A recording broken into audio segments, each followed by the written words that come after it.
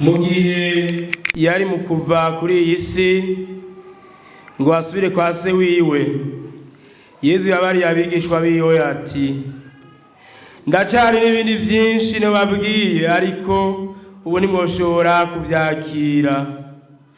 Aho umutima nyakuri azozira, azobahishuka ukuri kose. Nkako ntazovuga ivyiwe, azobabwira ivyo azoba yumvise, agire ko abarire ibizoza. Aho nyene ni jewe azoninahaza, kuko azobabwira ivyo akuye iwanje. Ivyo Data afise vyose ni ivyanje.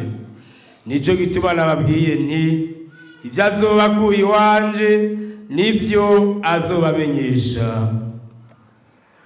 Ushemeze iri jambo ry'Imana.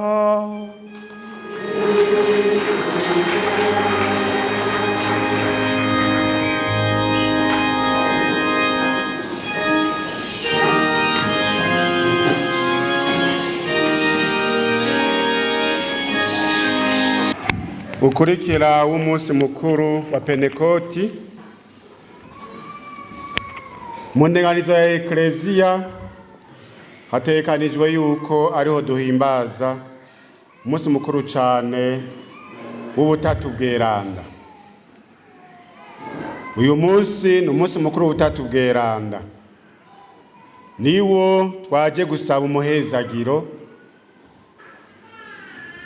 tusabira isengero n'abazoza kuhahimbariza bose inkuka be n'amasakramentu n'amasakramentari.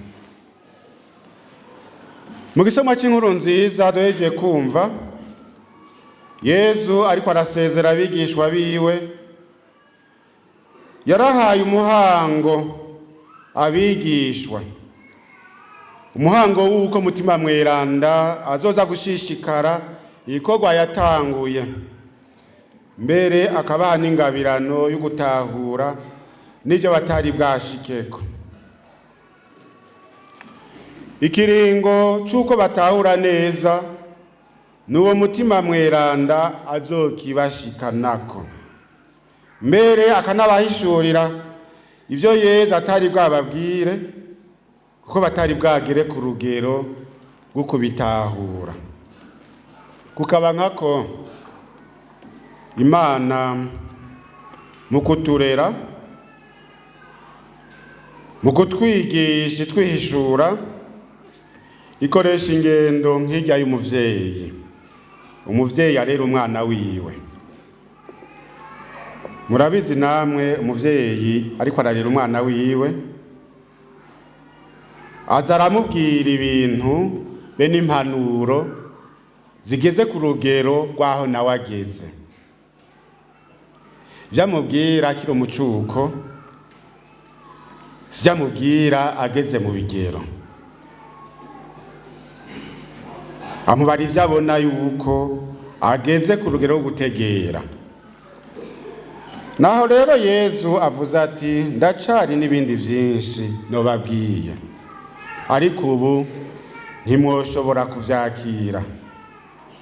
Ikiringo c'uko boshobora kuvyakira kizoshika, kandi mutima azokibashikanako, aheze rero ababwire ivyo batari bwabwirwe, yongera abaha ubwenge bwo kuvyakira, abahishure n'ibizoba muri kazoza.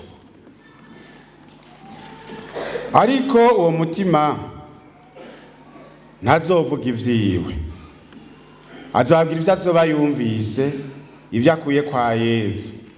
Yezu nawe akaba abikora kuri Data, kuko ivyo Data afise vyose ari ivyiwe.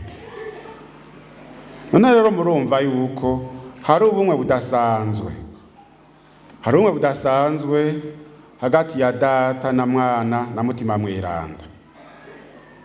Ni batatu ariko bagize umwe. Igihe cyose tugaragaza ukwemera kwacu muri Ekleziya Katolika, cyo twama duherako tuvuga tuti nemera Imana imwe rudende. Nemera Imana imwe rudende.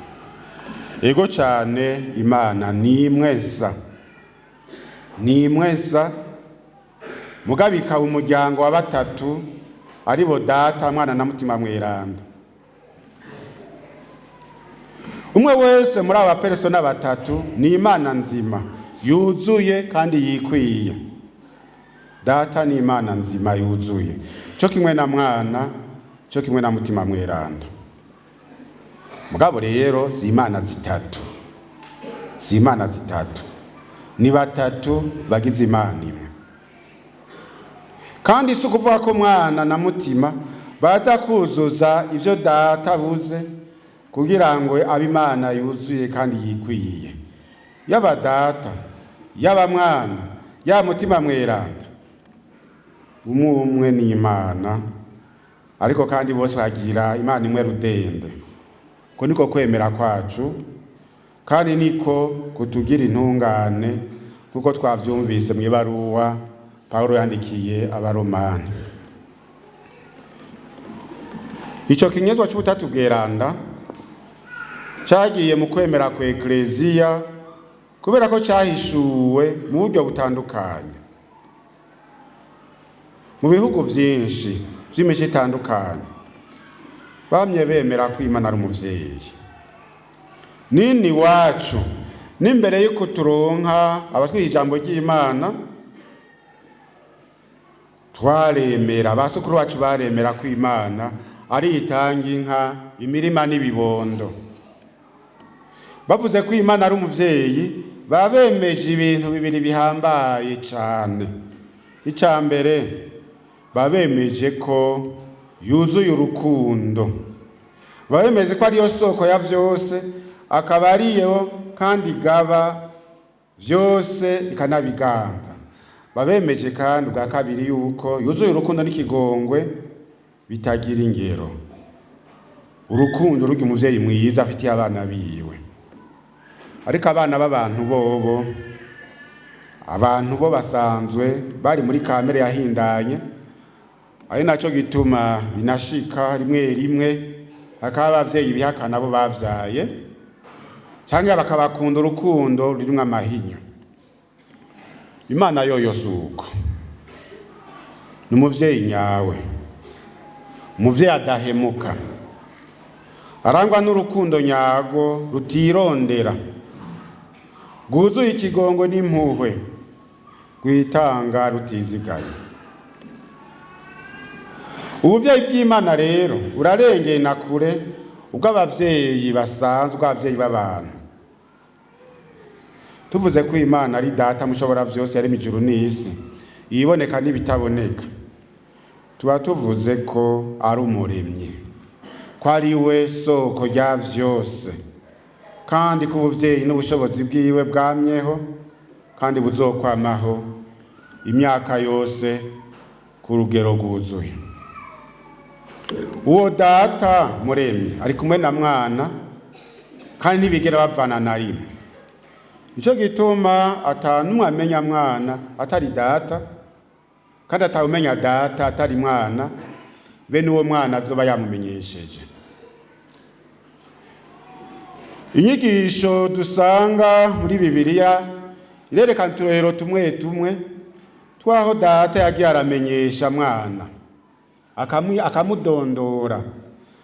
Ubwa mbere, karo ka mbere ni igihe Yesu batizwa na Yohani Batista muri Yorodani. Ijwi ryarasiranye mu ijuru rivuga riti, uyo ni umwana wanje nkunda cane, muri we nahasanze ibinezereza vyose.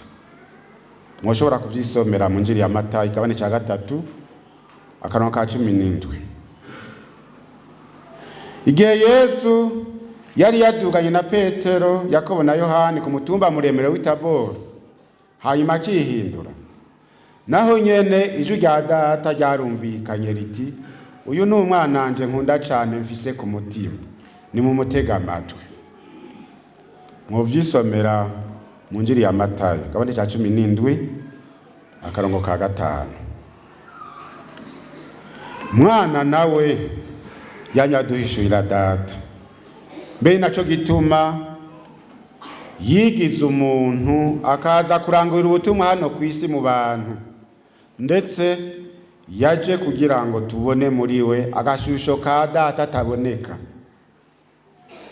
Niwe mwaka kabunahazwa bwa data n'akaranga ka kamere yiwe. Mutima mweranda nawe ni wa muhoza wa mutabazi Yezu Kristo yemerera abigishwa biwe igihe ariko arabasezera. Yababwiye ati byubabera vyo ngiye, uko ntagiye mutabazi azobaburanira ntiyoza iwanyu, mugabo nagenda nzomubarungikira.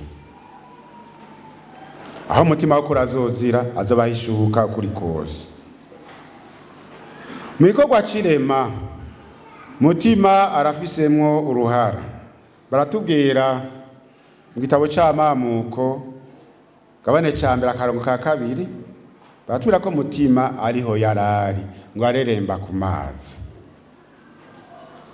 Niwe kandi yavugiye mu bahanuzi akabahishuka ivyo bavuze n'ivyo bakoze. Niwe yabashoboza ivyo batoshoboye ku bwa kamere yabo y'umuntu.